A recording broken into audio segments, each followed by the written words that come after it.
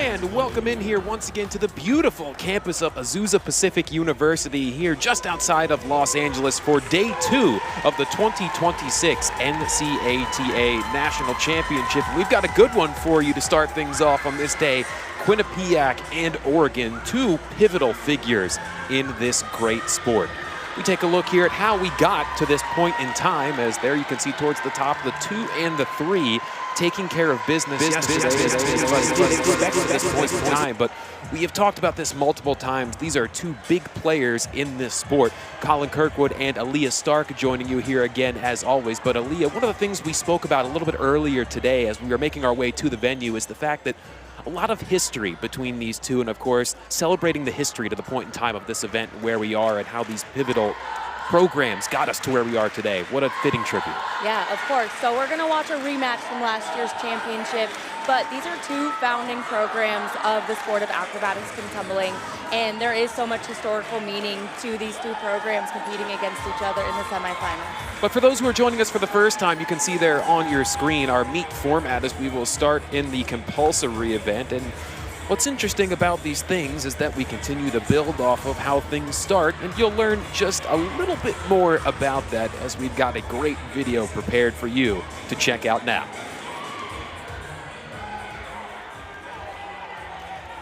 The first event is the compulsory event. The compulsory event consists of 4 heats: an acro heat, a pyramid heat, a toss heat, and a tumbling heat. These skills for the compulsory event represent the basic skills of the sport of acrobatics and tumbling. In this event, each team will execute the same skills for direct comparison. Each heat begins with a starting value of 10, and the officials will be looking for execution, body positions, and stability of structures. There you can see the Quinnipiac Bobcats making their way to the floor for the first time this afternoon. Of course, coming into action now, 6-1 on this 2026 campaign after yesterday's victory. That was over the 6th seed Iona Gales, 258 to 245. And so as we watch this compulsory acro, it's going to start at a 10.0 start value. And as we watch this entire meet, each start value that we have, we're going to see execution deductions subtracted from those start values. So when we get those scores in, you can kind of see where the judges are going to be taking more deductions, maybe less deductions. So that's what we're going to be really looking at, and that's going to be our overall total score by the end of the day to declare a winner. But so far, really strong heat here from Quinnipiac. Very good synchronization. So compulsory is all about doing everything the exact same. And so far, we're really seeing a good showing. Good switch-ups. Gorgeous arabesques, so you see great extension through their lines and their legs. And very good square though on falls down. There's no deviation. The bases didn't have to move, maybe a little bit of ankles crossing, but a really good compulsory acro heat and a great start to this meet. And what's interesting now as we progress through the weekend is we now have the ability to go back and we can compare to see how maybe things have grown a bit since their first try a day ago, or perhaps maybe took a step back, and it'll always be interesting to sit and compare. Of course, yesterday's rendition for them bringing home a 9.35. Yes, and compulsory acro is by far the most nerve-wracking event, especially when you're the away team. So if you have to go first in this event, you really want to set the standard, but really good straddle holds there. You see the overextension of their legs and above parallel. That's a good standard to set for the rest of the day. And again, we talked about this on the live action. This fold down, good extension, but then you see that little ankle split there. Again, execution reductions that will be subtracted, but great start.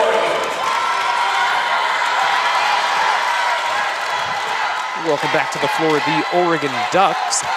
Again, with their start value of 10, yesterday's performance bringing back a 9.65 for this side. And talking to Taylor Susanara, their head coach, a big goal for her was to clean up their compulsory event and capitalize on some of those scores. So a 9.65 in compulsory acro is a great score, but then there's some other areas, in those next couple heats that we're about to see that they really want to see improvement.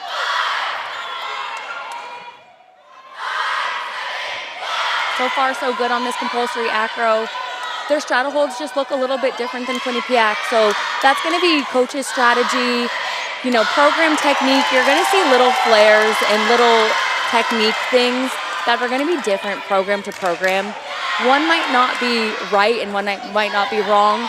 They're just, again, those coaches deciding how they want to coach these skills. But again, another good start from the Oregon Ducks.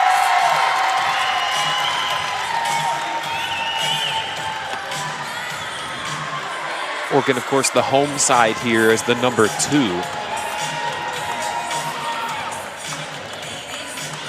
As we watch this replay, looking for height of skill on those toe pitches. Really good job there. Height of skill again on your tuck. Good extension on the landing. I'd say that part 1 was really well done. Going into straddle holds though, looking for this body position of the straddle being at that 180 degrees, if not a little bit above. And then continuity is a big word for us in those straddle pop over to inversion, and then solid switch ups there. We want no balance from bases or tops. Then you see that deviation, so that top's not coming down fully on top of herself, so a little bit at an angle and then a little bit crooked in her base and arms. But overall, very good job by Oregon.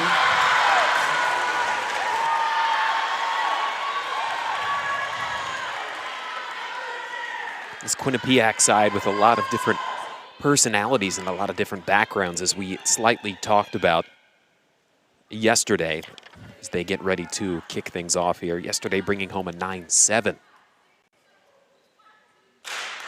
And talking to Coach Marianne Powers, she's telling her team today to do the same thing as yesterday.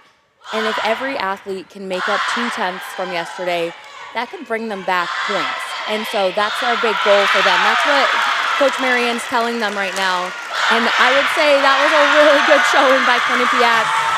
Really good extension in those lines of those straddle holds. And then on this compulsory pyramid, any flipping skills that you see, you don't want to see tops flip just horizontal from where they started. You want to see them elevate and rise up and over their starting point. So as you watch the replay, you're really looking for that on that dismount. But going into pyramids, once we hit those, we want all of our entries to be really solid and have no movement once the top hits the very top of the skill. But again, great extension, good height, and good catch position there. Maybe a step on that catch, but very clean from our top.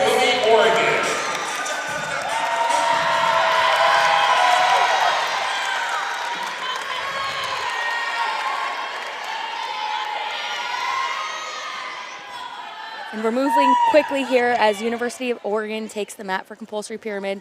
Again, starting at that 10.0 right now. We're seeing tops number 23, Sayla Bell, and number 34, Cameron Horiyuki. And good so far. Very good toss-ups, good straddle holds. So again, at 180 degrees or more, and good hollow body catches, good extension on those catches. I'm seeing both teams overextend their lines right now, so between their knees and their toes, they're overextending, and I think they're doing a really good job in comparison to yesterday. Sometimes it's really hard on day 2 because your body's a little more fatigued. So both coaches really prepping their athletes for that day 2 experience where you have to try a little bit harder and you want to really over-execute everything. Good entries.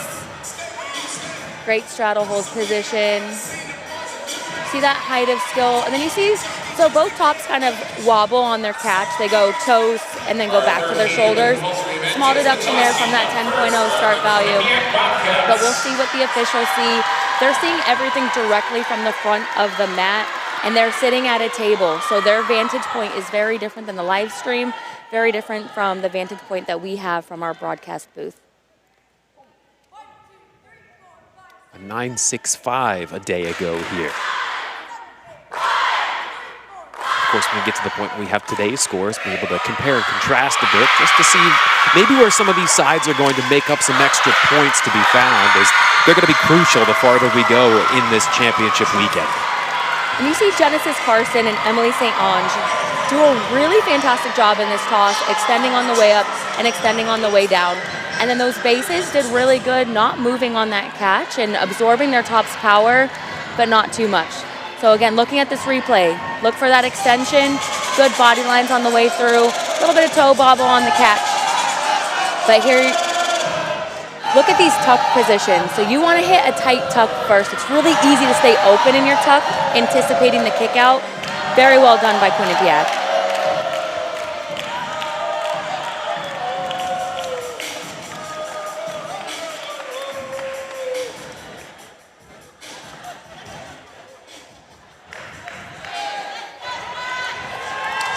Now coming to the floor for compulsory toss, the University of Oregon Ducks. 9.65 for the Oregon side a day ago. We'll see if they can find a way to bump that up a bit perhaps here.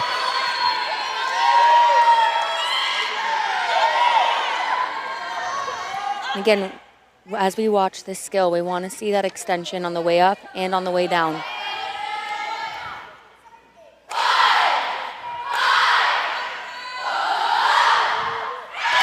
Wow, and another really good toss there. These two teams are fighting hard right now. They know what's at the line. You know, this is going to be a really close matchup looking at the numbers.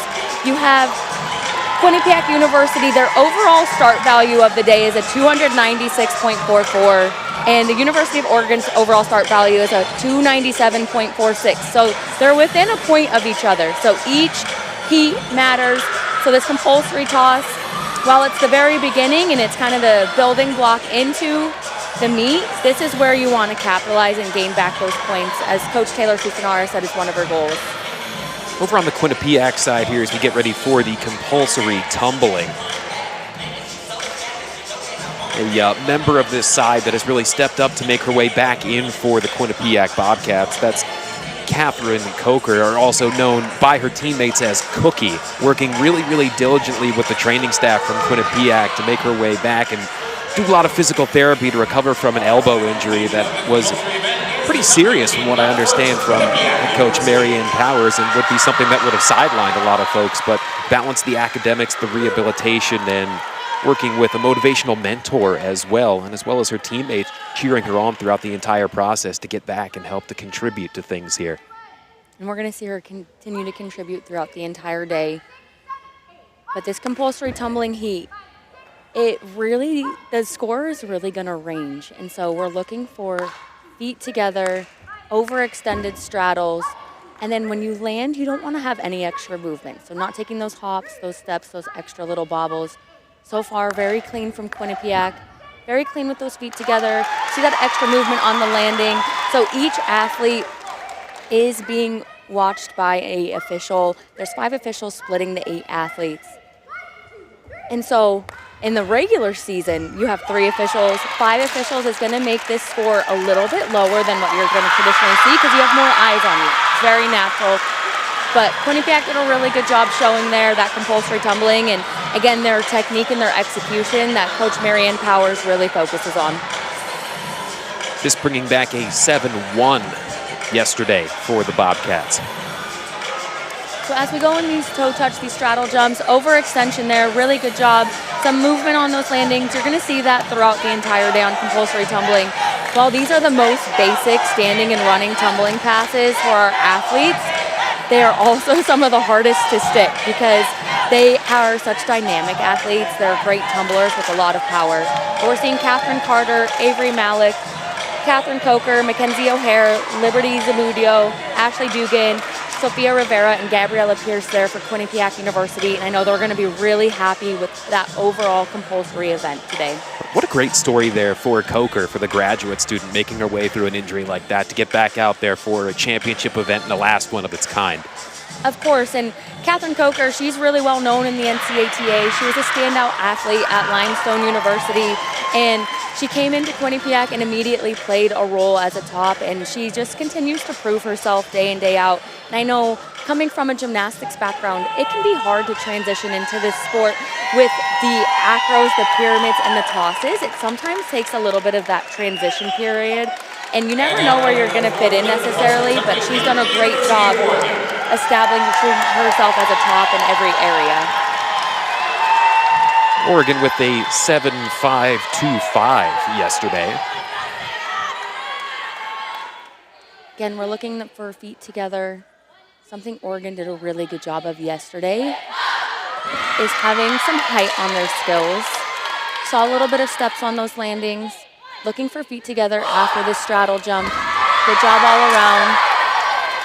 And looking for feet together on the back handsprings and straight legs. You don't want crunchy back handsprings. You want long, extended. Good job there. Again, those hops, it's so hard to control these skills and to make sure that you're sticking them. And then we're looking for extension on the layout. So you want all these athletes to look the same. And you want them to all be in that same extended body position. Good job absorbing their power on those layouts.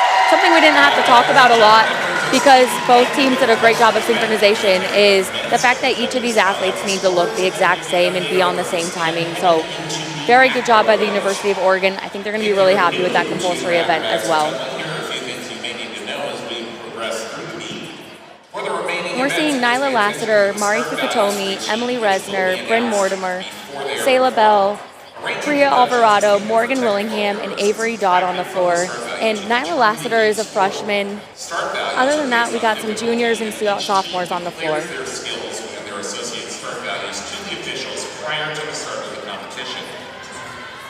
We are through one here. Stick around as more action coming up this afternoon on ESPN+. The second event is the Acro event. This marks the beginning of the optional portion of the meet. Each team will compete with skills previously chosen with different possible start values. There will be between 2 and 4 athletes in a group on the floor in each of the 3 heats. Heat 1 has 5 elements, Heat 2 has 6 elements, and Heat 3 has 7 elements. The start value is determined by the difficulty and combination of each skill. In addition, each position must be held for 3 seconds. This event demonstrates power, strength, and balance. Just about time to get our first batch of scores. Scores are in for the compulsory event. On the Acro heat, Quinnipiac, 9.375. Oregon, 9.30. On the pyramid heat, Quinnipiac, 9.80. Oregon, 9.70. On the toss heat, Quinnipiac, 9.575. Oregon, 9.75. On the tumbling heat, Quinnipiac, 7.75, Oregon, 7.45. Your total score for the compulsory event, Quinnipiac, 36.50, Oregon, 36.20. Quinnipiac making some substantial gains here from their first appearance yesterday in terms of these first initial batch of scores here. Of course, and getting that 0.3 advantage there, 3/10, is going to be big for them because they're going in with a 1-point disadvantage start values-wise throughout the entire meet. So again, every little tenth is going to matter when it comes down to it. But for 5-element Acro from Quinnipiac, we're going to see a 10.0 start value. You're going to see number 9, Genesis Carson, number 53, Madison Bradley, and number 8, Allie Murray out there. Really good extension from the base and good stability through our top. Good body line so far, and a great overextended pike hold. I would say they did not do a lot of balancing, which is good. Normal balancing here and there is completely fine.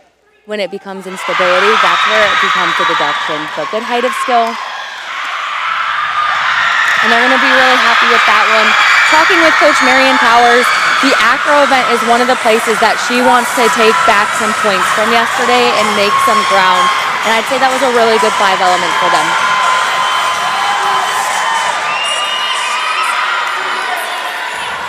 Again, look at this replay. So looking for extension from top and base.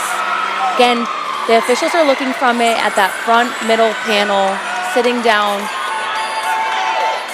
Very good. It was a nice fast pike through, so she never stalled and never hesitated, which is really what you're looking for. You want control, but you don't want it to be so controlled that you're overbalancing.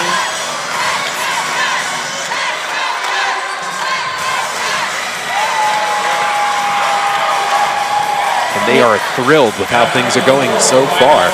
Rightfully so.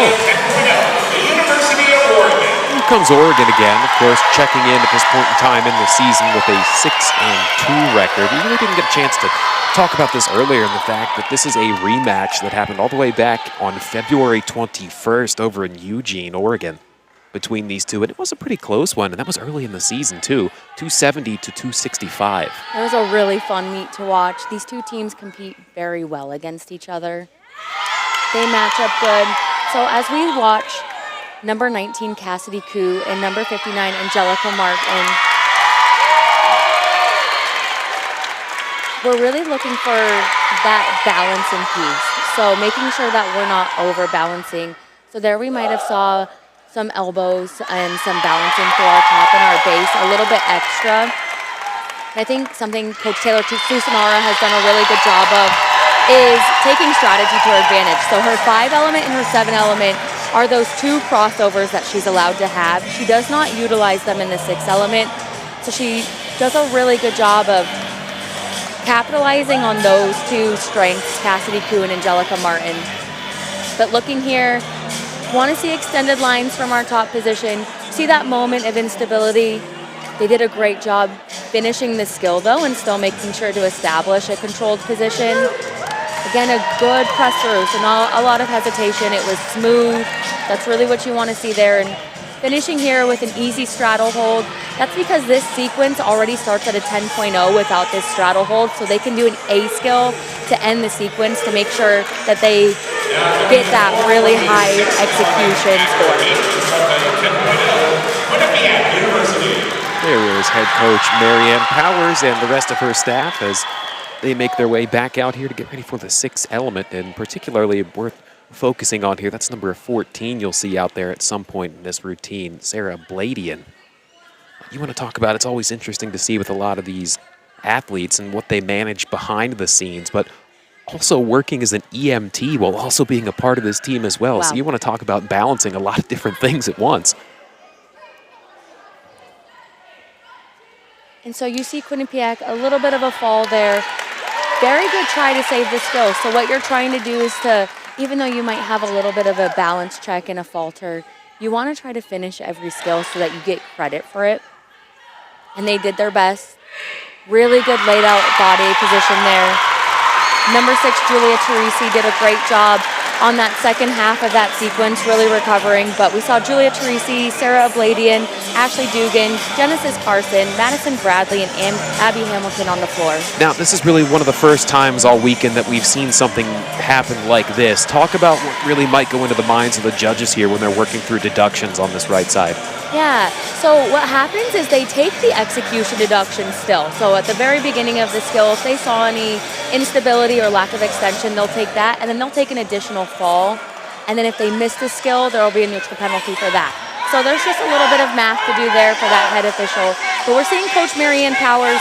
She is a founding coach in this sport. She has done so much for the sport of acrobatics and tumbling, especially when it was conceived. And she really was our trailblazer in the sense that she is loud and she's passionate and she's willing to do the research, and she always has been.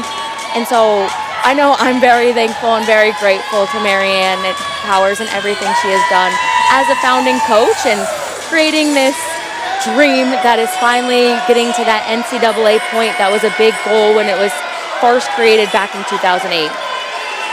There is head coach Taylor Susanara for Oregon, waiting for the go-ahead for her side. And Coach Taylor Susanara, she was a former athlete in the sport, so her story is a little bit different than a founding coach. She got to compete in this sport for 4 years.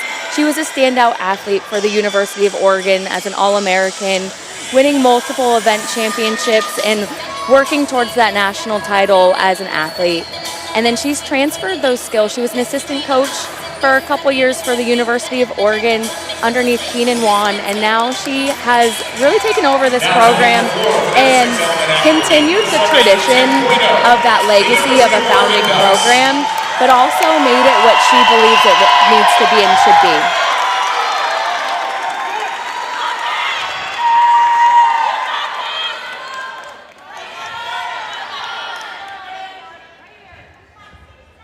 So we're seeing a 10.0 start value. Mari Fukutomi, Emily Resner, Ava Gowdy, Maya Cav, Blessing McMorris, Sayla Bell, Bria Alvarado, and Ashley Wagner. And so far, a very clean start. Good execution from both our tops and bases.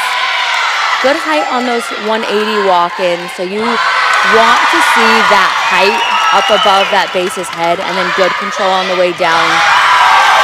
Good tuck-offs, good extended body positions there. And they're looking to finish out this heat strong. Hit a good extended inverted position. Really good lines there. Again, over-accentuating those straight knees, pointed toes, and a good showing in that 6th element. Coach Susanara talked about Bria Alvarado, who you saw on the right side of this, and you'll see again in the replay, getting started and played a pretty big part of this Oregon team last year, really only appearing in tumbling at that point in time, but now moving into that top role as well. And it's been a impact underclassman really stepping up to help out this program as they're trying to push their way back into the national championship again this year. And so you saw on that 360 up on the right, there was a little bit of, the base went out with her arms and then brought them back in. Again, those are things that the judges are going to notice. And then a little bit of the rock of the feet there to balance and absorb that power. But again, a really good job of not overcorrecting, so it's very easy to feel that weight transfer and to overcorrect, or as a top also to try to correct and fix the skill. So great trust between all of these athletes. You know, they're repping these skills at practice consistently.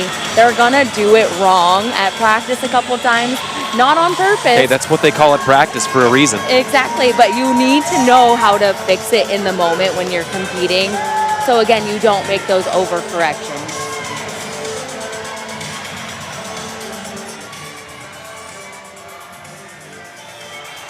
And so Quinnipiac University, they're going to have a 10.0 start value in this 7 element. We're going to see Amy Gordon, Mackenzie O'Hare, and Emily St. Ange on the floor. And Coach Marianne Powers takes a little bit of a different approach than Taylor Susanara over on the Oregon sideline. She's going to cross over her 2 athletes from that 5 and that 6 element. And then our 7 element is going to be a completely different group of athletes. So excited to see them come out and really execute this 7 element. They're going to look to regain some points here after that 6 element having a fall.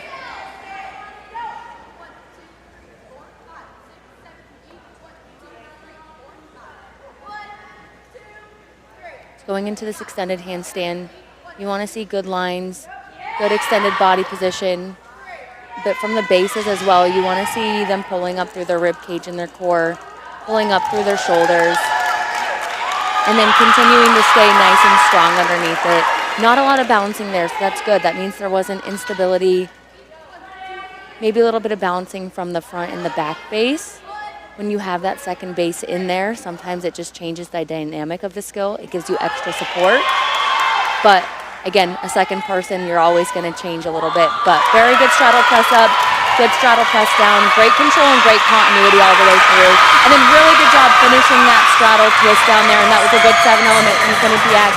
Great showing and a great recovery from the Quinnipiac Bobcats.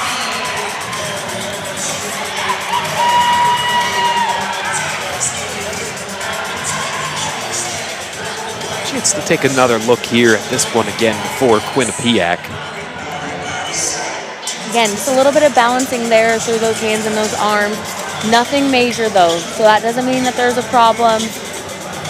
Good pike hold there. Again, overextended lines today. We're going to see this straddle press up, very smooth and very consistent. You want to see these skills hold for 3 seconds before you go into the next skill. So you want to see 1, 2, 3 there up at the top. And then she can start pressing down again and hold for another 3 seconds in the straddle hold. Do you see that toe point? That is really good job.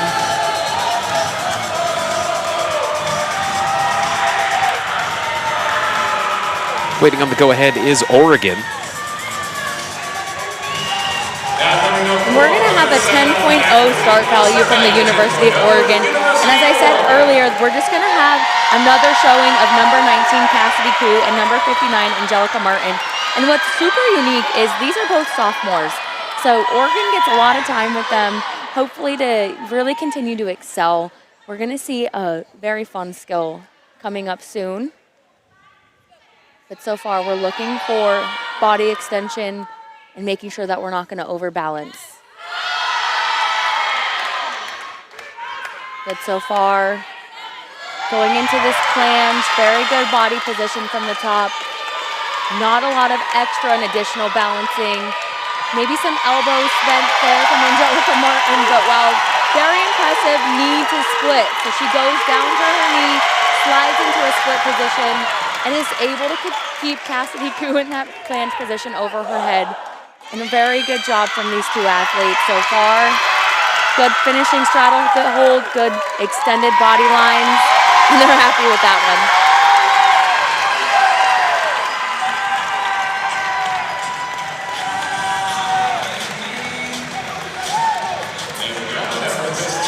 One more chance at this one as we find ourselves through 2.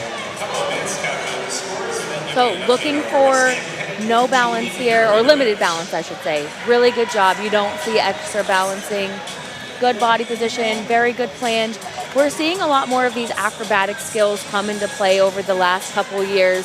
It seems like every year these programs are coming up with new things, but great knee, great slide to split, very good control all the way through. And that top is never moving. We find ourselves through 2. Stick around, scores after the break when you return right here on ESPN+.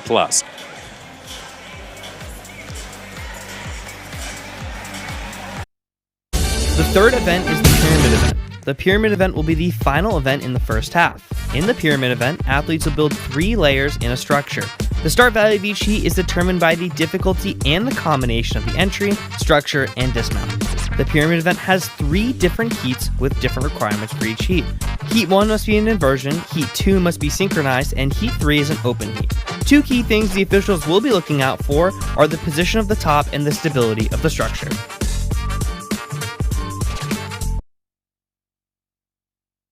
Here, folks, as we are awaiting the scores from Event 2. Right now, Quinnipiac in control of the lead through 1. To get a good look at the crowd filing in here to Azusa Pacific University. It's been a lively group yesterday. We'll see if they live up to it again here today. Yeah, see, this is what I'm talking about. These fans of this great sport always show up here with some of the greatest headgear I have ever seen in all of collegiate athletics. And it's an easy sport to be a fan of. It's a sport that encompasses so many different disciplines and backgrounds of athletes. Super exciting to see all of these fans here make the trip to Azusa Pacific University. 9.675. Oregon, 9.70. On the 6-element heat, Quinnipiac, 6.65. Oregon, 8.95. On the 7-element heat, Quinnipiac, 9.45. Oregon, 9.55. Total scores for the Acro event, Quinnipiac, 25.775. Oregon, 28.20. Our total score after 2 events, Quinnipiac 62.275, Oregon 64.40. Quinnipiac finding themselves in a tough spot after that unfortunate mishap earlier. Yeah, so now they're looking at being down a little over 2 points. Again, getting that compulsory event win throughout those compulsories is going to help them with that deficit there. But they're going to be looking at this inversion pyramid with a 10.0 start value. We're going to see number 9, Genesis Carson. We saw her in the Acro event competing in those handstands. We're going to see Madison Bradley, Haley Oswald, Abby Hamilton, Hannah Freund, Tiffany Smith, Allie Murray, and Summer Reneo. This brought back a 9.75 yesterday for Quinnipiac.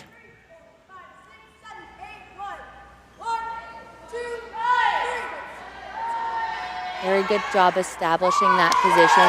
You saw a little bit of balancing. So again, balance is good. Instability is going to be that deduction. And we're seeing that there. But what Genesis Carson did was fix that handstand position and put herself where she needed to be so that she could still hold it for 3 and not get that extra lack of hold after not maybe establishing a position after a balance check. So as you watch this replay, really looking for that balance check, making sure that our bases stay nice and our mid-level stays nice and extended. Good fight there, some elbow movements, but a very good pike press down, a good pike body position, something that she's really excelled in and she's going to continue to excel in throughout the meet. Now, for those that might not be familiar, I mean, this is essentially working in an overhead press when you're towards the middle of that formation, and that's a really, really taxing thing to do, and having to do that 2 times in a row, you have to wonder maybe if the fatigue might have set in just a bit there, but either way, it's a very taxing feat to accomplish, whether it be a person, gym equipment, regardless. Day 2 is hard. Day 2 is the day that your body is tired, but you're also probably a little bit jet lagged at this point. You know that adrenaline might wear off a little bit from day 1, so your mentality and your mental headspace also changes a little bit. You're a little more fatigued, and to overcome that, you just really have to rally around your teammates, and we're seeing Quinnipiac do that on their sideline. Very high marks for Oregon in this spot a day ago with a 9.825. A really good job there from the Oregon Ducks. Again, that's a 10.0 start value from them as well. So Ashlyn Parlett, Cassidy Koo, Blesson McMorris, Ashley Wagner, Charlotte Lippa, and Angelica Martin on the floor. I'd say something they did a really good job of as you watch the replay is maintaining that good handstand position, continuing to hold it for 3 seconds. But the small thing at the very end for me is the extension of the cradle. So making sure that they didn't give any deductions from our bases on this cradle position. And our top did a good job of extending her body line and lifting up before she came down in her cradle. So really just not giving away little, small deductions. That could be anywhere from 0.05 to 0.3 depending on the deduction and the range.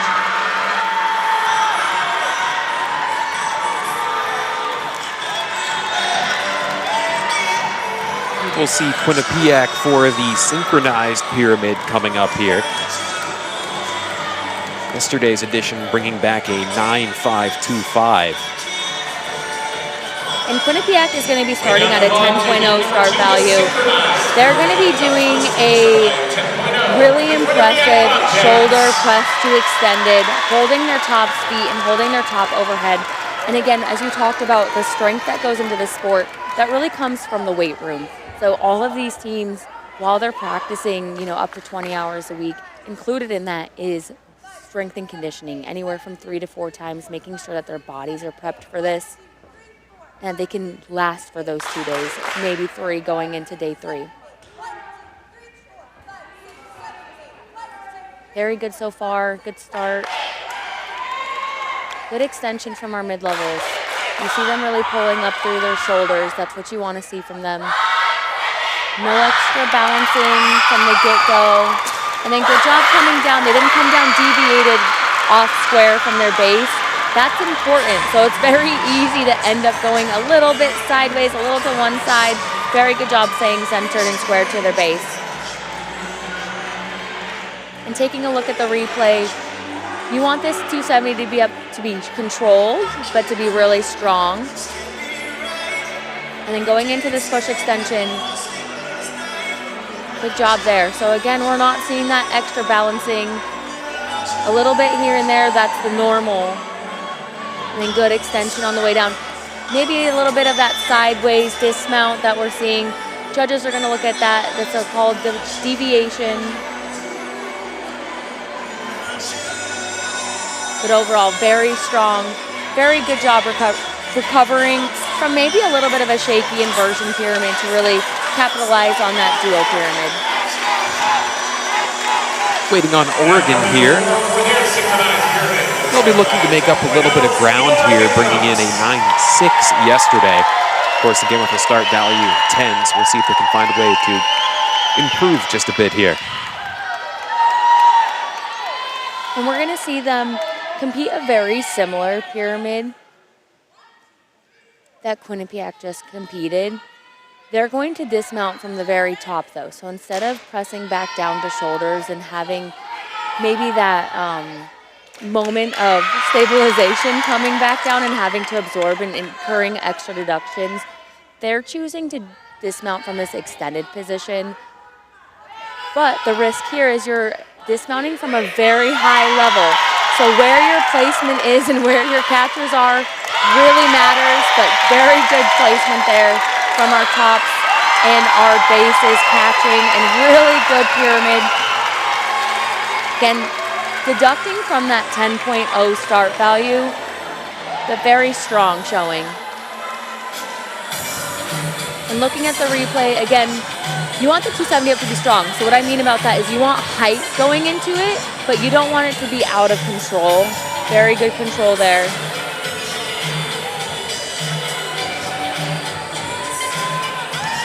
Looking for a very continuous and fast press up. Very good job there through both mid-levels. And then good catches. You don't see extra movement. You don't see a lot of extra bobbling. Maybe a little bit of lack of extension from our mid-levels coming down. But very hard pyramid to execute all the way through and to synchronize. Now looking to close out their first half is Quinnipiac. Really good marks here yesterday with a 9.85 as they closed out their first half on a great foot. We'll see if they can do it again. And we're going to see a 10.0 start value. Julia Teresi, Mackenzie O'Hare, Gabriella Pierce, Ashley Dugan, Alyssa Capello. And this is a pyramid that they've been really known for all year. I know Coach Marion Powers pointed that out, that they have 26.5 million views across different social media platforms. So I think the word for that would be it went viral. And you'll see why in a second. It's very clean. And very good body position from our top Julia Teresi, number 6. Good start so far. You want to see a really strong twist down. When you watch the replay, as you guys will see it in a little bit, you're going to see on the mount up, what I noticed was there was a moment of balancing the top and the mid-level, making sure that they were nice and on time together. Again, these are those deductions from that 10.0 start value that we're going to see for that final score. But really good pike position. She kind of swam back a little bit, and then corrected herself. Very good extension, very good lines, good height, good lift. So her hips go up first, and then she finishes really square through her shoulders and her hips to that wall very quickly. That's what you want to see. You want to have that air time before you hit the floor.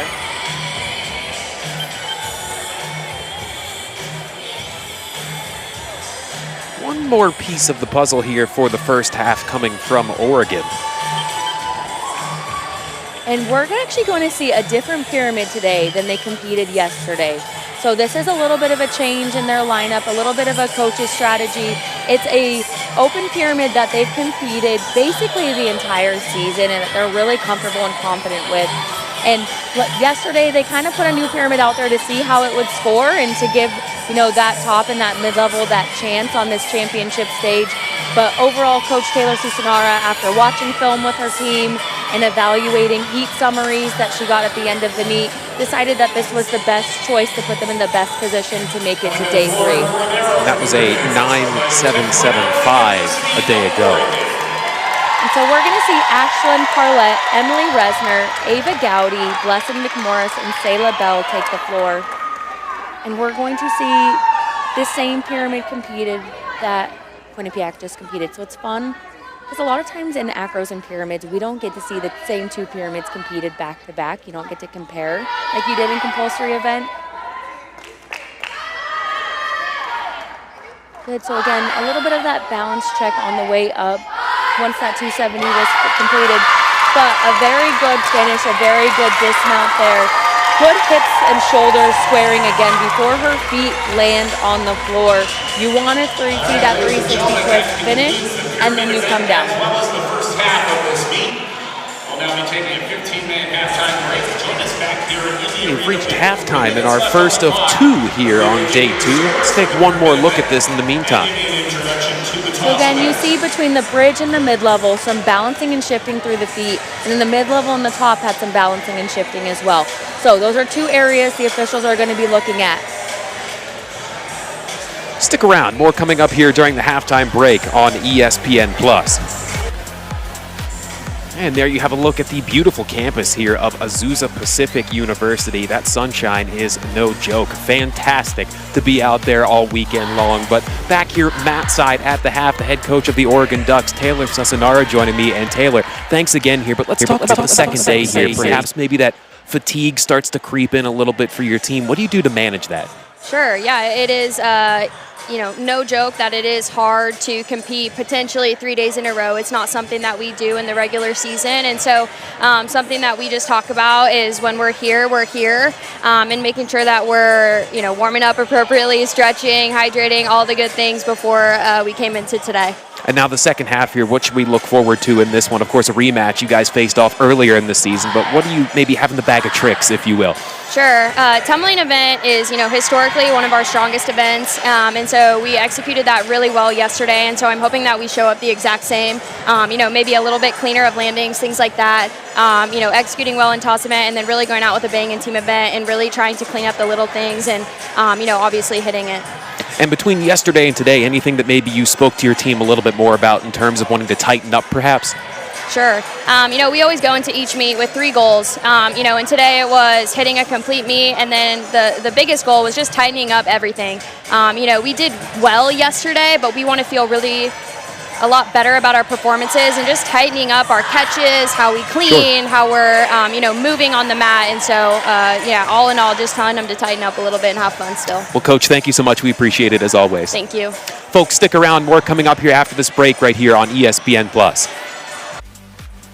Welcome back here, folks, at the half. I am happy to be joined now by the Director of Athletics here at Azusa Pacific. This is Gary Pine. And Gary, of course, a founding member of this sport and being able to host this championship event here as we turn the page and grow in the sport. So talk about what that means to you and what that meant to the campus. Yeah, well, this being the last year that the NCATA actually handles the championship before it goes to NCAA next year, we were very honored being that founding member, to be also one of the last school to host it in this setting. And being a founding member is very important to us. And this is the 3rd championship we hosted. We hosted in 2014, 2017, and wanted to bring it out west one more time before the NCAA takes control of the championships, and we'll probably be moving it to different places across the country. And what's one of the things as we move forward here into NCAA sponsorship that really excites you the most about as we continue on this growth path here? Man, this is an amazing sport, and the athleticism of these young ladies. There isn't another sport like that, and I know people want to compare it to some other sports, but the athleticism that these young ladies have and put on display here, the complexities of the sport, this is not a simple sport. I tell people what cross country is to track and field is kind of what acrobatics and tumbling is in track and field. There's a lot of complexities, a lot of moving parts going on in here, and I just love the athleticism, the beauty of the sport that allows young ladies to express themselves in very unique ways that I just see this continuing to grow. Last year I was at Baylor watching Baylor doing some things, and someone said, hey, what Baylor's doing is amazing, but watch what they're doing across the world as professionals. And this sport has such a high ceiling in terms of where it can go and what it can do and what we're going to see young women capable of doing physically. And just for you in general, what's one of the things that stands out to you in terms of a favorite for this weekend as a whole, being that you've participated in so many? So, well, I look forward to, and I told the Baylor girls when they got here, I look forward to those splits and those and the girls standing on it.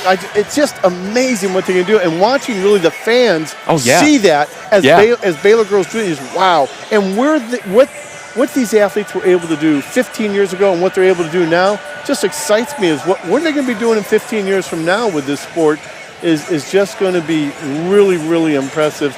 And yes, this sport has such a high ceiling to it. I'm really excited. I think this has a very bright future. Well, we appreciate your time as always. Thank you so much for stopping by down here. My pleasure, Colin. Thank you. Folks, stick around here. There's more coming up at halftime as we get ready for the second half here on ESPN+. Through the halftime portion here, the head coach of the Quinnipiac Bobcats, Marianne Powers, joining me here, Matt Side once again. And Coach, we knew this was going to be a tough one coming in here today, but what was one of the things that you spoke to your team about here to trying to persevere through this one? As the 3 going against the 2, we feel like we had almost nothing to lose. Just do a little bit more than yesterday, go out there with confidence and accept the challenge before us. Now, talk about when you have things, maybe some slight mishaps like you had in the first half. What's some of the things that you say to your athletes to get them right in the good mental headspace that they need to be in after something like that happens? I mean, in all sports, what I'd say, it's not over till it's over. We've got a lot of good things to do, and it's anybody's game. Mistakes are going to happen. It happened. I already saw her recovery in the pyramid she just did, so we're good. And then looking forward to the second half here, what should we be paying attention to as we continue to watch for this one as you look to get back into this? Yesterday we had one of the highest team routine scores. Okay. Their corners were beautiful. Everything they did was in perfect synchronization, and it was rewarded. They had one of the highest team routine scores coming out of there. I think if we hold on that today, and the 3 toss rounds that we had, we've upped 1 tumbling score. I think you're going to see some good things happen. Coach, thank you so much as You're always. welcome. We appreciate it. Stick around here as we will get ready to preview the second half here of things. A lot of exciting things on the horizon. Make sure you don't go anywhere. The fourth event is the toss event. In the toss event, you will see 4 athletes toss a teammate into the air. The teammate tossed into the air, known as a top, will execute a flip or twist before being caught. There are 3 heats in this event. The synchronized toss features 2 toss groups. These groups should look exactly alike and be in sync. The start value of the toss depends on the skills that the top executes in the air. Officials will be looking for height, the top's body position, and tight catches by the bases. Waiting on the final edition of scores here from the first half, and it looks like it is that time. So those of you watching at home, get out your scorecard, your calculator, your protractor, whatever it is that you take your scores with. 9.575. On the synchronized pyramid, Quinnipiac 9.575. Oregon 9.50. On the open pyramid, Quinnipiac 9.90. Oregon 9.775. Total scores for the pyramid event, Quinnipiac 28.90, Oregon 28.85. Your total score through 3 events, Quinnipiac 91.175, Oregon 93.25. A couple of very interesting marks there for Quinnipiac, and they've got to be very happy about that first column there on the score sheet coming in. Excuse me, the third one on the score sheet there with that 9-9. Yeah, and again, that's a pyramid that they have competed all year long really consistently, and they just really need to start. They're doing a great job of maximizing those points where they can, having that deficit right now of 2 points. But overall, a great first half, but excited to see the toss and the tumbling. What a great time to come up with an improvement as well, jumping from a 9-8 to that result here today. Yes, of course. Both teams definitely focusing on gaining back tenths on those little things today, making sure that they're capitalizing where they can and not giving up little things to the officials and giving up little things, since it's going to be a really tight matchup between 2 founding programs. So Quinnipiac University and the University of Oregon, they were part of that founding group to create the sport of acrobatics and tumbling. And they had coaches at that time, Coach Marianne Powers and Coach Felicia Mulkey, who have really driven the sport to the place that it is now and created the dream that we're living. But Quinnipiac University, they're going to be starting with a 10.0 start value. We're going to see a kickback double toss from top number 20, Catherine Coker, and bases Sarah Abladian, Gabriella Pierce, Abby Hamilton, Liberty Zamudio. Really good catch there. And they're happy with that one. And this is a toss that they have been known for and have been rewarded for all year. And this is an event that they're going to definitely try to capitalize on, as historically always being a very strong toss team. So on this kickback double, looking for a big kick before she starts to twist and flip. Little bit of that pike through there. So again, extension on the way up is good. Sometimes that means that your extension on the way down won't be as good. So you see a little bit of pike. So when she lands in that pike position, her chest and her toes are in a little bit of a different position. Her chest is a little too far up. So again, from that 10.0, those judges are going to deduct those execution deductions to get that final score. But a very good start to our toss event today. Here you can see some of the Oregon squad awaiting their time to shine.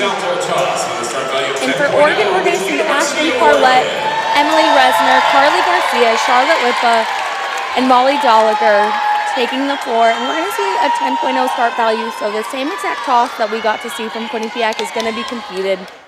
Again, a little bit of time to compare. Looking for a big kick, making sure that we're extending our hips through that twist and then through the catch as well. And again, two different tops, so two very different techniques. Each coach is going to coach it a little bit differently, but also each athlete's going to come in with a different background. But looking at the replay, again, looking for height of skill, so making sure that this is a dynamic toss. Very good extension on that kick, but you see as she comes through, again, sometimes when you extend on the way up, that means your extension on the way down might not come through. So leaving that chest down, hiking those hips, splitting those feet a little bit. But overall, the bases did a really good job of, making up for that catch. But the kick there, that split, was really a strong split going into that twist. And again, starting at the 10.0 start value for toss event is really hard. There's only a couple tosses that do start at a 10.0. So it is a hard event to really capitalize on those start values.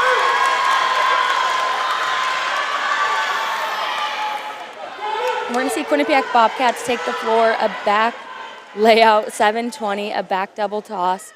Catherine Coker, Sarah Abladian, Gabriella Pierce, Abby Hamilton, Liberty Zamudio, Julia Teresi, Allie Murray, Tiffany Smith, Haley Oswald, and Madison Bradley taking the floor.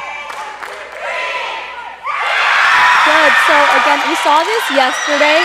Quinnipiac does a really good job of timing this toss out. From the for maybe a 0.05 seconds, you see that their timing is a little bit off from the bases, but then the rest of the toss all the way through is really well timed. So again, taking that small deduction, a very small range, so that they can capitalize throughout the rest of the toss. Again, coach's strategy, good body lines there, a little bit of that hip extension, a little bit of those low catches from those bases, a little in comparison to where that back spot is standing. Just makes it look a little bit different, but very good timing, very good doubles that ended up square to the front. And again, we're seeing different angles for tosses. So some tosses you have to compete at a very specific angle or side for the officials to be able to see a split. But a back double toss like that can be competed from the front. Moving right along here as Oregon returns yet again. And again, same exact toss, back layout 720, so a back double toss. Nyla Lassiter, Sophia Wing, Ava Gowdy, Blessed McMorris, Logan Davis, Ashlyn Parlett, Emily Resner, Carly Garcia, Charlotte Lipa, Molly Dolliger on the floor. Again, really want to make sure it's dynamic. Quinnipiac did a good job setting that standard, really getting the height of skill. It's a little bit of a funky catch on that right side. That sometimes happens because of the execution of the skill. So you'll get some of those execution deductions plus those catch deductions tacked on. We'll take another look at it here. Maybe we can pinpoint what had gone wrong there on that right side of your screen. Good timing through. Again, that overextension on the way up, sometimes when you try to really rise and use those arms, it gets you stuck on your back double if you're not able to fully bring your hips and your toes with you. So it makes that pull through in that extension. But overall, I think it just owed to the side a little bit. So one of our bases caught more than our other base. Very good recovery though, and honestly, small things that are catching our eye right now on day two. Being tired, a little bit of that mentality, and the second half is very dynamic. It's a very powerful event. It's where that strength and power comes into play. So both teams are really trying to maximize here in the second half to come away with that win.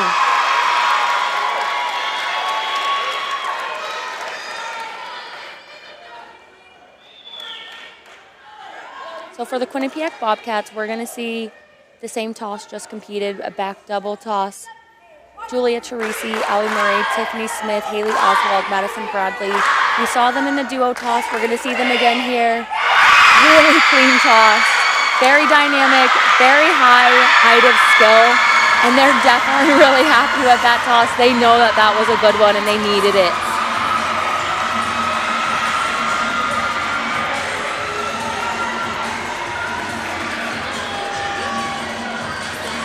Another chance to see things here again. Good extension. I'd say what Julia Teresi does a really good job of is extended body lines through her entire toss. A little bit of those feet crossed, but good job coming through with height of skill and full extension before she was caught by her bases.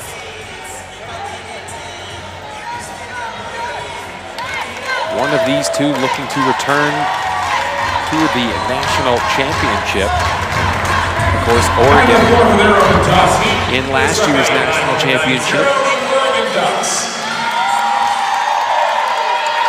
For the Oregon Ducks, we're going to see Nyla Lassiter, Sophia Wing, Ava Gowdy, Blessing McMorris, Logan Davis competing this back double toss. They just did this in the duo toss, so got a little bit of a warm-up, and now you get to do it on your own. A little bit of a different angle here, so coach's strategy, deciding that this is where it's going to look best for the officials.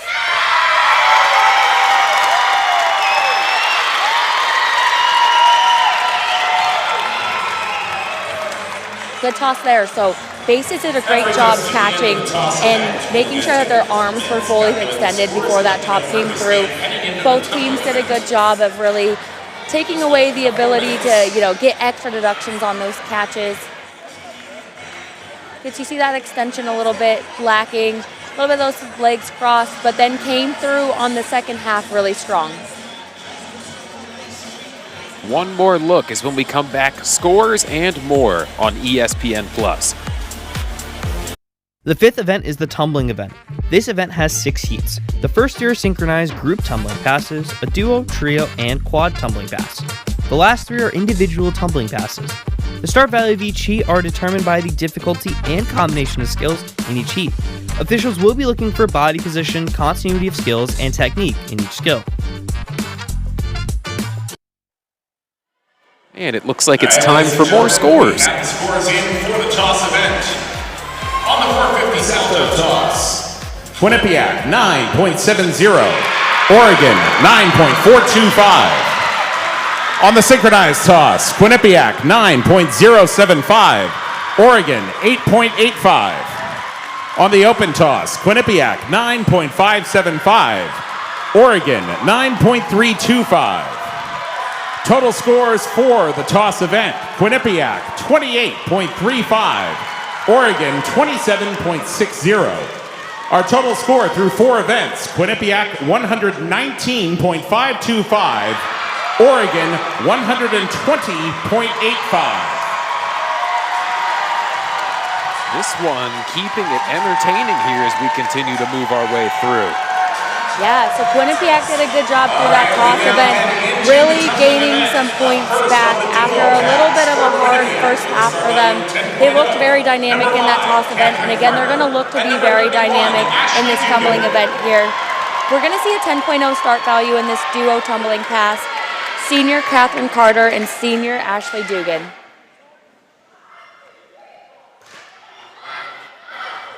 They're competing whips, so we're looking for nice clean lines, legs straight, pointed toes, and we're looking to make sure that on those whips in between them, they're never hiking down. They're maintaining a hollow and extended body position, and then being really fast through their arms to get into the next whip or to get into that next back handspring.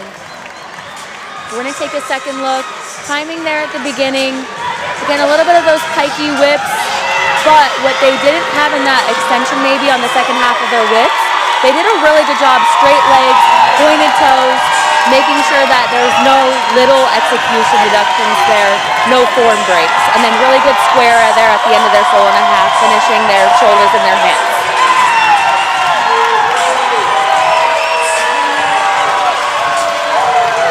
Yesterday with an 8.475 for Quinnipiac as they look to come up with those extra points on that score sheet to jump back in front here after 5 concludes heading into that team event. And of course, Coach Powers talking about their team event being a proud point after yesterday as Oregon gets ready. see a 10.0 start value here from Sophia Wing and Bria Alvarado, a junior and a sophomore. Again, competing those whips, very similar pass. Looking for extension, good body lines, no form breaks, straight legs, pointed toes. And you want extension and then height of square so that they can land and finish hips and shoulders square. And it's starting to get really loud in here. The energy is definitely picking up in this second half of this semifinal.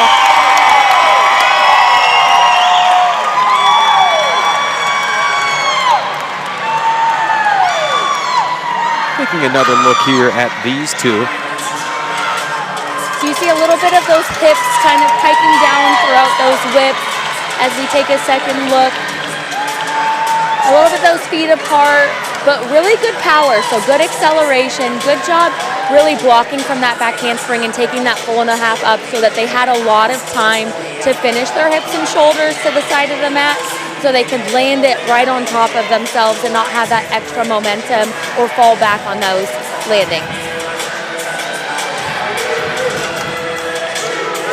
Trio coming up now for Quinnipiac.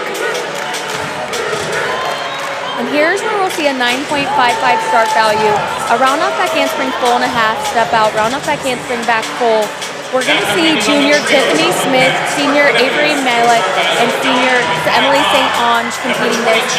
And this is a pass that we want to see them continue to connect their pass all the way through. So what I mean by that is after the 4.5, they want to maintain power and they want to maintain acceleration and never getting caught up on their back leg and losing power from the hard floor. Good synchronization so far. Very good job from Quinnipiac. They're excited with that one. And this is a hard pass to synchronize because everybody's 4.5 is a little bit different. So that height of that skill is really going to determine where they're able to step out from and the amount of power that they're going to have going into their round off handspring full in that second half of the pass.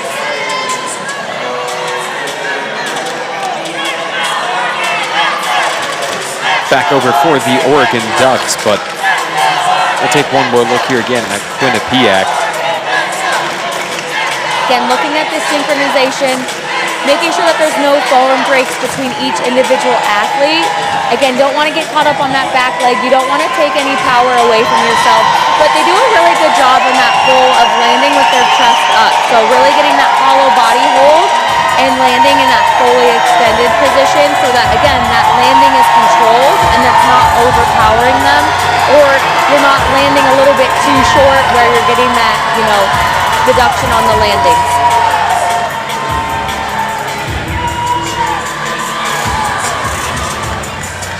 This trio with a start value of 10, as you can see here, looking to build upon the 8.925 from yesterday. We're going to see freshman Nyla Lassiter, sophomore Morgan Willingham, and sophomore Carly Garcia. So similar to what Quinnipiac just competed, but they're adding a front tuck on the front end of the pass. That's why that's going to be a 10.0 start value versus the 9.55 Quinnipiac just competed. So far, really good timing through all of these athletes. Again, good job finishing in those fulls with their shoulders and their hips square and on top of themselves, so they're not looking down at the ground, they're not piped at their hips. You can see them really squeezing their hips and overextending their body. Again, day 2 is the day where your body's a little more tired, so you have to focus on small technique things, but good power out of that front tuck step out. We get a little bit caught up on that 4.5 step out there, losing a little bit of power, but good job here. Good height there, some knees bent. Again, a little bit of piking there, but very good job finishing the pass and executing it overall as a trio. It's a hard pass to get 3 people to do, and it was very dynamic. And if you think 3 is difficult, I'll tell you what. What's coming up next is going to blow your mind because we're going to tack on another one. Yeah, and so we're going to see a 9.4 start value from Quinnipiac. We're going to see Summer Reneo, Gabriella Pierce, Bella Tucker, and Alyssa Esposito, a freshman, a senior, a sophomore, and a sophomore. So this is a nice young quad, only seeing one senior, and that can be really hard sometimes, not always having older athletes in these events, giving those young freshmen and sophomores the opportunity to compete at this championship, really relying on that youth and then letting that your mentors and your leaders guide them through. And number 29, Alyssa Esposito. Again, a 9.4 start value. We're going to see more of a bounding pass here. Only 4 skills.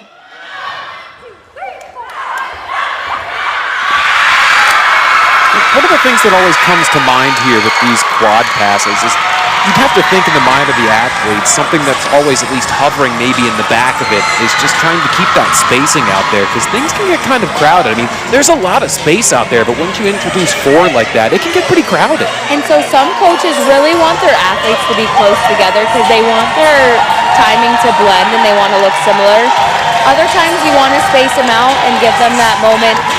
Again, it's coach's strategy. Good power there. So they continued power all the way through, and you saw those folds at the very end. They went up. You want to make sure that the whip to the fold, that you're not on the same plane. You want your whip to be lower than your ending skill, because that means that you're snapping out of your whip at a very good angle and a very powerful angle versus not using your full technique if you're not getting that height.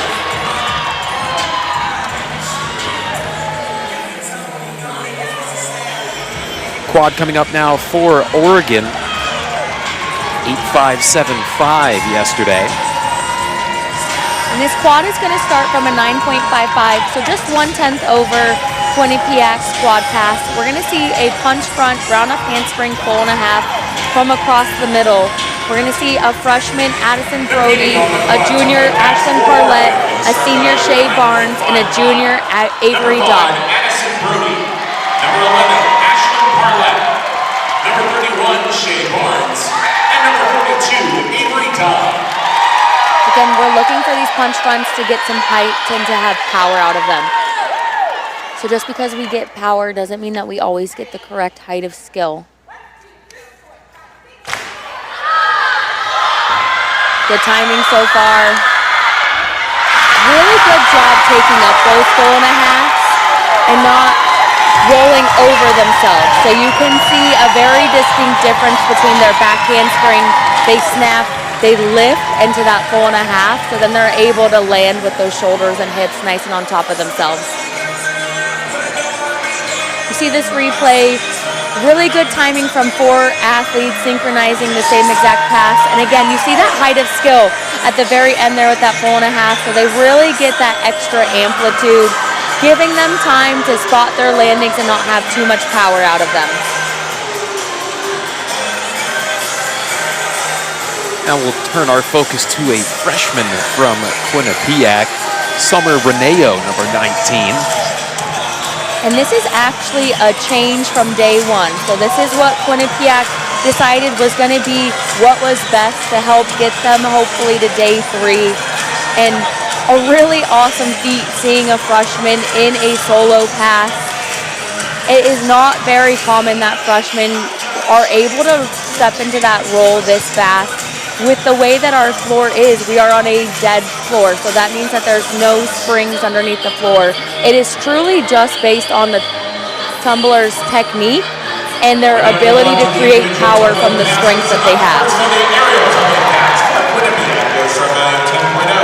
Number 19, Summer Reneo. And we just saw Summer in the quad pass competing the same pass except for landing in a full. So right now she's going to land in a 4.5.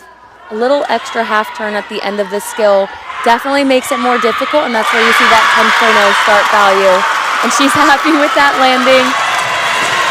You're going to see, we kind of talked about where with the bounding pass, you want to see height from that whip up to that 4.5 there.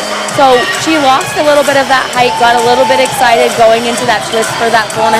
That's where she kind of gets stuck on that 4.5 landing, but she did a great job recovering there and making sure that that pass landed on her feet. Good extension for those whips. That's what I'm talking about, never piking down out of your whip. You want to have those tight hips, tight hollow body position, and as a freshman, again, your first national championship semifinal appearance, many years to come for her. Now back on the Oregon side. Looks like it will be once again Morgan Willingham, number 30. That's the sophomore from Douglasville, Georgia. And she came through this portion yesterday, bringing back a 9.85 for her side.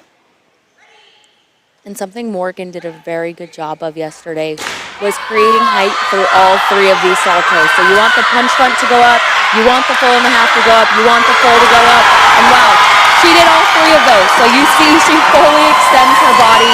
She creates extra and additional height on each skill. And while she does it, she stays extended through her body line. So her hips aren't breaking, her knees are straight, her toes are pointed. We want to make sure that her feet are together through the entire pass as we watch this replay, but very good execution from Morgan Willingham for Oregon.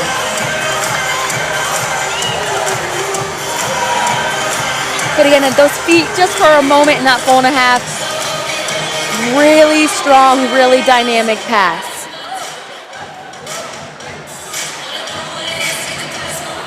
One of the big-time performances yesterday for Quinnipiac coming up here in this 6th element yesterday. Bringing back a 9.9 for the Bobcats was Catherine Carter from Dover, New Hampshire. That's a senior and a big piece of this team.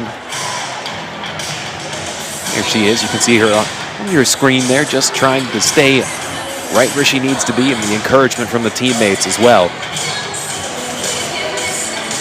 Now competing on the 6th element. So the 9.9 is fantastic for them. I'm sure they would love one of those, perhaps maybe even just to raise it up a little bit more if possible. Of course, that's going to be her goal, is to continue to take back those tenths. And again, we have 5 officials here watching these passes, so different than the regular season. Definitely more eyes on you. Really, really strong from Catherine Carter there. I think what Catherine does a really good job of is extending her legs and her body lines through her whips.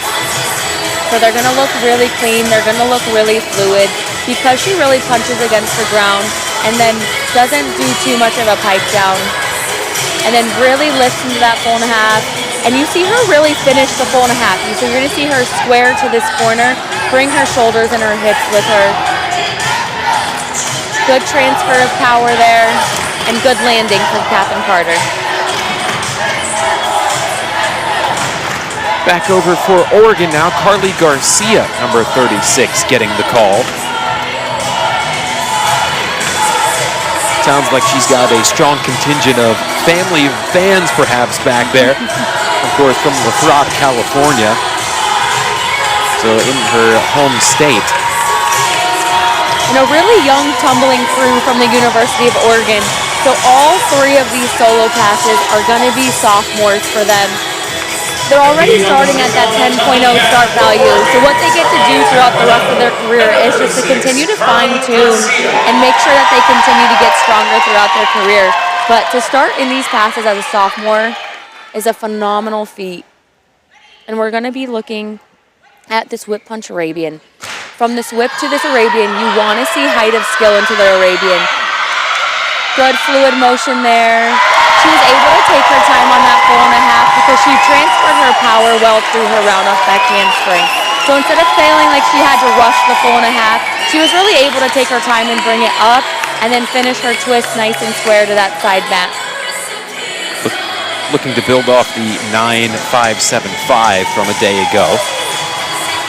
And so a little bit of those knees bent in that back handspring and then in the whip earlier in the pass. Small form breaks again. Each of these officials are going to be looking for all of that. Good height on that Arabian. Good height on that full and a half.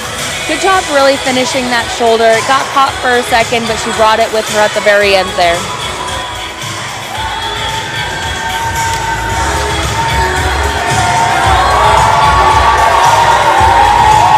And the Oregon fans keeping it loud in here, cheering on their side. It's a really fun environment in here today. We have a lot of fans from Quinnipiac coming in. All right, now we got a little bit more Connecticut. energy from the Quinnipiac side. We need like a crowd duel or something like that. That's what we need to get the energy even higher back there. I'm assuming that's going to happen tomorrow at this national championship meet. Competing on the open tumbling pass for Quinnipiac, start value 10.0, number 29, Alyssa Esposito. Alyssa Esposito, number 29 for Quinnipiac. There is the sophomore. And she's going to be competing the same pass that we just saw. So whip punch Arabian, good height of skill there, good transfer of power, and a really good job, again, taking time on that 4.5, making sure that she elevates it so that she can land really square and extended to absorb all of that power that she just created through that pass. And again, we're looking for these form. We don't want to see any form breaks. We don't want to see any bent knees, flexed feet. A little bit of a tighter tuck there than the last one that we saw. So good job. A little bit of those hips not being fully extended in that 4.5. So piking. But a good dynamic pass, good height, and good transfer of that power. That can be really hard when you've created, a whip punch skill. Very good showing and a good tumbling event from Quinnipiac today. A 9.35 for Quinnipiac yesterday. Now the crowd getting loud for Bria Alvarado, that sophomore number 25. There she is, the Texas native. Keeping it cool and collected. We're going to see this 10.0 start value around enough whip, back handspring 4.5. So we saw Quinnipiac compete this earlier in a solo pass, and then we saw Oregon compete this earlier in their duo pass. Good job trying to finish that pass. And again, Bria is just a sophomore. She has so much of her career coming up. But we're going to watch this replay, and we can kind of figure out, just on this first whip. Maybe something looked a little bit off there as you were watching for the first time, if you have a sharp eye. Yeah, so on that first whip, you see it's high. And so you see she really tried to extend her body, but she went a little bit too high. So as she scoops her feet through, she's not able to get enough power going into the second whip. Stick around here, more scores coming after this on ESPN+. The sixth event is the team event. This event encompasses everything you just watched in the first 5 events. The team event features up to 24 athletes on the floor at one time, performing skills in acro, toss, pyramid, and tumbling in a routine set to music. Key items for officials to evaluate include synchronization of skills, stability of the structures, body position, and technique of the tumbling. This is a very fast-paced event, so be sure to keep your eyes on the mat. Just awaiting those scores to trickle in here as we are through 5 in our first of 2 on day 2. And earlier in this meet, we saw Quinnipiac have a small hiccup in the acro event. And then we just saw a hiccup from the University of Oregon in the tumbling event. This last athlete, she did a really good job trying to recover the pass, but she didn't compete the last element as claimed. So something to keep in mind as the scores do come out for that last pass. While she did finish the pass, she did not fully execute what they declared. So that will be a neutral penalty. But a very good job of making sure that she threw something on the mat and continued to stay clean throughout the entire pass.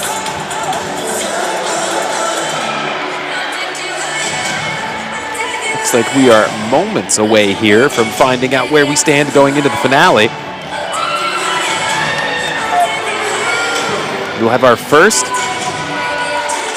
squad that will be competing for the national championship tomorrow. Exciting times. And don't forget, after tomorrow, we're not quite done yet, as event finals coming up on Sunday, and that's where you're really going to see a little bit more of that variety flavor of some of the other teams that might not have been represented here for the first few days. We'll see teams traveling at large qualifiers that have qualified from their average scores throughout the season. And so that means while they might not have been in this top 8 bracket, they were the top competing team outside of that top 8 bracket in that specific heat. So they have the opportunity to compete with these top 8, top 4 scores from day 1 qualified to event finals, and Sunday will be really exciting to see all of those schools represented. But as we go into team event, we're going to see Quinnipiac starting with a 107.69 and Oregon starting with a 108.11 start On the value. duo tumbling pass, Quinnipiac 8.85, Oregon 8.975. On the trio tumbling pass, Quinnipiac 8.325, Oregon 8.55. On the quad tumbling pass, Quinnipiac 8.10, Oregon 8.20. On the aerial tumbling pass, Quinnipiac 9.325, Oregon 9.775. On the 6 element tumbling pass, Quinnipiac 9.90, Oregon 9.50. On the open tumbling pass, Quinnipiac 9.725, Oregon 8.80. Total score for the tumbling event, Quinnipiac 54.225, Oregon 53.80. Our total score through 5 events, Quinnipiac 173.75, Oregon 174.65. This meet continues to stay interesting. So again, Quinnipiac's going to go in with about 0.5 of a deficit. All right, folks, less than a point. Half of a point is not a lot, especially when there's only about 1 point in between these two teams right now going into team event. So executing, keeping them on their feet, making sure their timing is good in all of their standing and running, tumbling on any of those synchronized acros, pyramids, and tosses. They're going to be looking for clean execution and clean timing all the way through this team event. Looking to improve on the 84.14 that the team event brought back for them yesterday. And a great spot to be right now are these Bobcats. And so to prepare you, we're going to be starting with synchronized standing tumbling and then going into a synchronized toss segment of 3 tosses and then going back to synchronized standing tumbling. Good so far, very clean execution from that pass across the front. A little bit of feet apart in between those folds to those cuts, but those back level tosses hit. Some execution in those legs, so seeing those feet crossed and then the extension of the body position, a little bit tight on the way through on each toss, but clean catches, basically a great job recovering there. Good extension on those landings, so these officials are going to be looking on standing, tumbling, landings, making sure your chest is up. You don't want your chest down, you don't want your chest piped. So far, so good on these synchronized acros. These 4 on the left need to look the exact same. So far, so good. Not a lot of balancing happening. Good stability. Sequence on the right is doing really well. They're excited. They know both of those are hitting. And a great split there. Good stability. Genesis Carson, great job as a top, maintaining composure. And here we go into synchronized running, tumbling. We want all of their feet to land on the mat. Nobody can step off the mat. That will be a deduction. That 1 foot off the mat that we just saw in the left corner. The overall, all of those passes hit, good landings, making sure that they didn't have too much power going forward.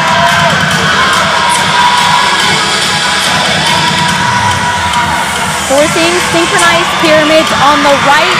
The pyramid on the left does not need to look the same. Good stability, a little bit of extra balancing there on the pyramid on the middle left. But still, they know that they had to hit those and they did a really good job. Okay, these 2 tosses do not need to be the same. These are not synchronized tosses. They can do their own thing. They just have to be executed well. And great extension. Really good job there. They're happy. They know all feet have to land on the floor. Good. Good body lines there. Good landings. Good recovery on that left corner. Absorbed a little bit through her elbows, but made sure that hit. And very good routine. They have 1 last pyramid. A little bit of pressure on this last pyramid right now. A lot of energy in here, a lot of adrenaline, and we're good. Beautiful pyramid, great extended landing, and that's a hit team event.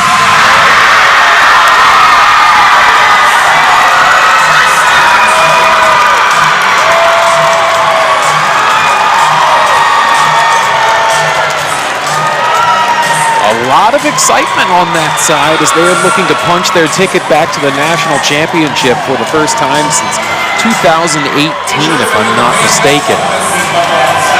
The Quinnipiac University, again, a founding program.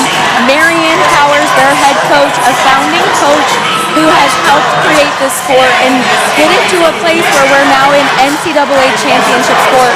And something that Marianne Powers said is that tradition is what keeps this team hungry and evolving. Their current athletes look up to all the athletes and seasons before them, and their tradition is rich in pride in athletic academic excellence. And you see in this team event, you see that. You see such pride in all of their skills, and they're evolving. They are staying hungry. They're making sure that they're elevating their skill sets, really capitalizing in standing, tumbling start values right now. We're looking at this replay again. These are synchronized acros on the left. They need to look the same. Good height of skill, some execution deductions, but nothing major. And this press handstand, good half around. A little bit of balance is there, maybe a step or two. So good recovery, good positions. You want those body positions nice and tight. And great split there, great acro.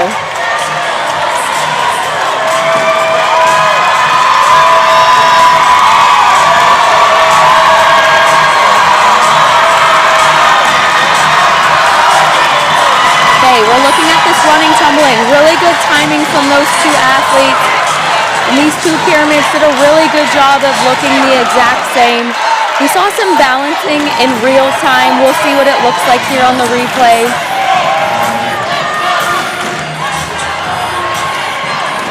Really good job there. Strong extension. Just the balance at the very end. So you see that correction on that base. Really good job making sure that top stayed nice and on top of her. And again, we're in the middle of a team event. 2 minutes, 45 seconds. Trying to get 21 running and standing tumbling passes in. 4 pyramids, 5 tosses, 30 acros. There's a lot of skills to do in a very short amount of time, and they really executed each and every skill. And I know that is something that they've been known for, is having a good team event, making sure that it has the start value, it has the skill level it needs to compete at the highest level, but also being able to execute it with clean lines, good execution, good form all the way through.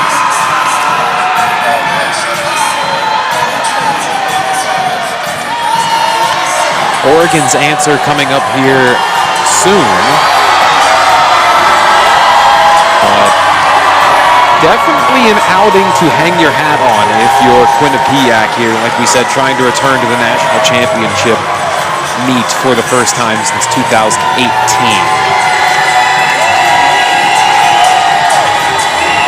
And for those of you who may or may not know, hopefully the news has spread to this point in time, but the 93rd NCAA championship sport coming soon in 2027, Acrobatics and Tumbling, and the president of the NCAA, Charlie Baker, calling this a major win for the organization to bring a sport like this into the fold. And as we have said a few times, it's a great way to put those things, and we couldn't agree more. Yeah, so next year we're going to look forward to this championship being a NCAA championship, where it's traditionally been won by the NCATA, starting back in 2009, a sport created in 2008, and there's just so much rich history and tradition in this sport. Here is Oregon, as they are really bringing the noise back there, looking to improve on their 84-010 yesterday as they find themselves in a slugfest right now, trying to come out on top. They have a lot of pressure on them. Again, they start with a little bit higher of a start value of about 0.5, so half a point. We're going to be starting with this standing tumbling and then going into 2 individual tosses that don't need to look the same, and then going back into synchronized standing tumbling. There's Molly Fukitomi.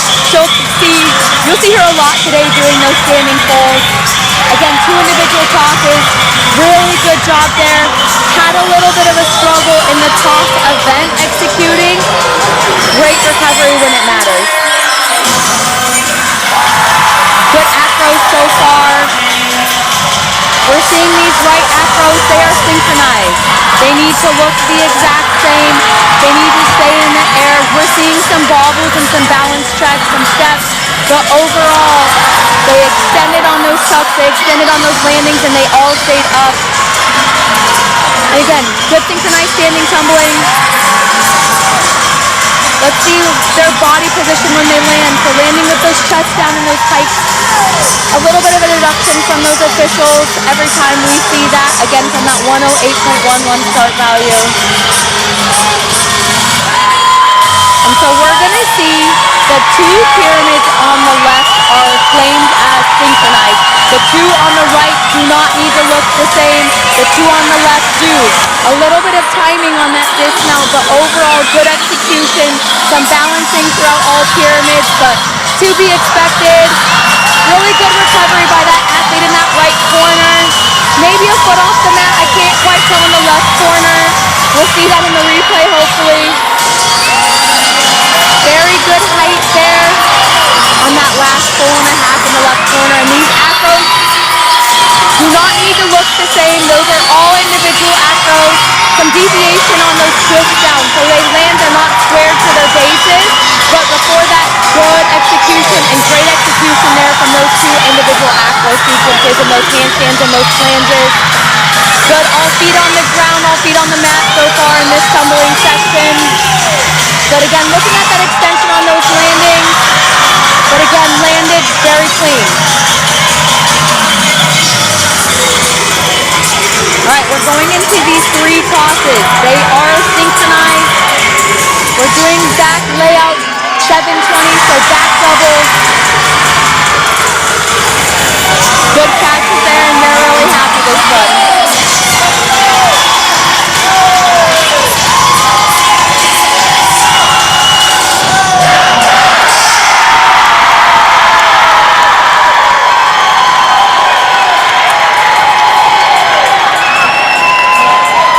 I do not envy the seats of the judges right now, as this is going to be a tough process here to find the winner of these 2.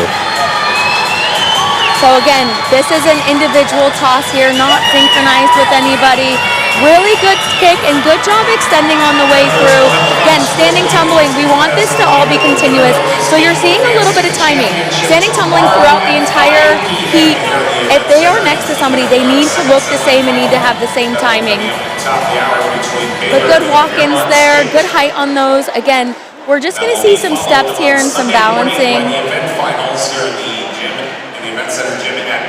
And then we want to see good extension on these tucks.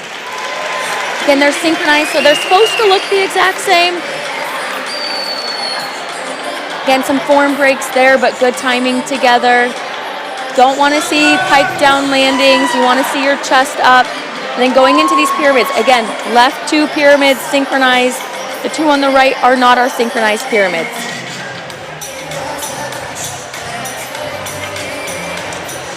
Want to see good body positions from our tops. Not a lot of balancing. Really good job from all groups. Again, some timing there on that dismount. I said that in live action. You just see the pyramid on the right there. Just got a little bit ahead of herself, so that shoulder dropped back at the very end, put her off a little. Again, had a pass go from a whip to a full. It was supposed to be in a laid out body position, just so had that form break of having some bent knees throughout the pass. Just gonna get some execution deductions. But very good from the University of Oregon, starting with a little bit of an advantage over Quinnipiac. Our first championship qualifier coming up here after the break. Stick around to find out who it's going to be here on ESPN+.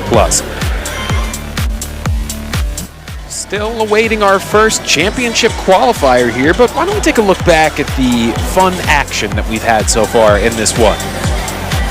And again, we saw each team kind of go back and forth between each event and go back and forth between, having a strong first half for Oregon, Quinnipiac really coming in and having a strong second half, taking advantage of that.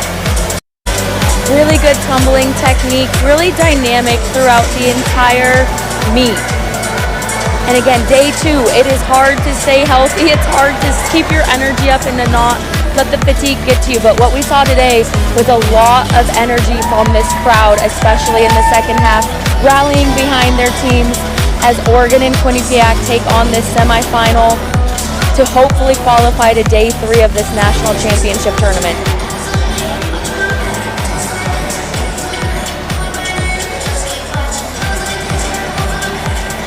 And Quinnipiac did a really good job of making sure timing was good and everything executed really well.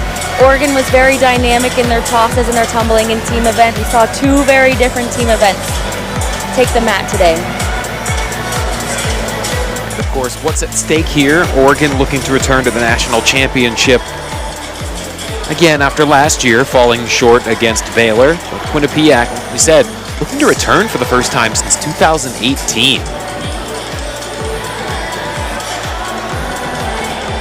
Both of these teams are not strangers to this tournament. They are consistently in this top 8 bracket and have traditionally been, one of those top 4 seeds going forward. And again, 2 founding programs writing the history books for us. And again, our last NCATA championship, this is definitely one to remember as we go into a 2027 NCAA championship. Well, ladies and gentlemen, the scores are in for the team event. Quinnipiac, 87.24. Oregon, 81.36. Your final score, Quinnipiac, 260.99. Oregon, 256.01. Congratulations to the Quinnipiac Bobcats, who are advancing to their 3rd NCATA National Championship meet. That will take place tomorrow at 5 p.m. here in the Event Center, where they will face the winner of our 2nd semifinal coming up in the next hour. It's Baylor versus Fairmont State. Having a Next, deficit here going from into this Zuzak meet of start values. So their tumbling and their team event had a little bit of a start value dip, but what they did is they executed their skills. They had straight legs, pointed toes, their timing was together on all of those tumbling passes in team event. Those 21 running, 21 standing, there's a lot of deductions that you can get, and really good job by Quinnipiac closing out that meet. And who would have thought such a change and such a swing from when these 2 got together on February 21st, just in the early infancy of this 2026 season. That was a 5-point win for Oregon, as things have changed up here and the Bobcats pull off an upset. Great story here to start off day 2. As they'll look to push for a national championship again. Last time they rematched, perhaps we could see a rematch, depending on how our secondary goes, as the championship in that year that we had mentioned when they had made it there at that time. And we're seeing Coach Marianne Powers. This team rallies behind her. She has been such a personality throughout the NCATA, really driving this sport forward and driving these athletes to be where they're at, going to the national championship. And in that national championship that Quinnipiac did compete in 2018, they took on Baylor, and that was on the campus of Gannon University. 283 to 274 was the win for Baylor at that time. But congratulations, Bobcat fans. You are headed to the championship tomorrow at 5 p.m. right here Pacific time. So make sure you make an appointment for some viewing coming up tomorrow if you're a fan of the Quinnipiac Bobcats. A fantastic first meet here. Any final thoughts as we see Quinnipiac racing back to the national championship? I'm just really excited to see this next matchup between #1 seeded Baylor Bears and the #4 seeded Fighting Falcons of Fairmont State. Again, these are 4 founding programs, a very serendipitous weekend. So glad you could join us here for the first of 2, but don't forget another one coming up here later, so make sure you make your way back right here on ESPN+.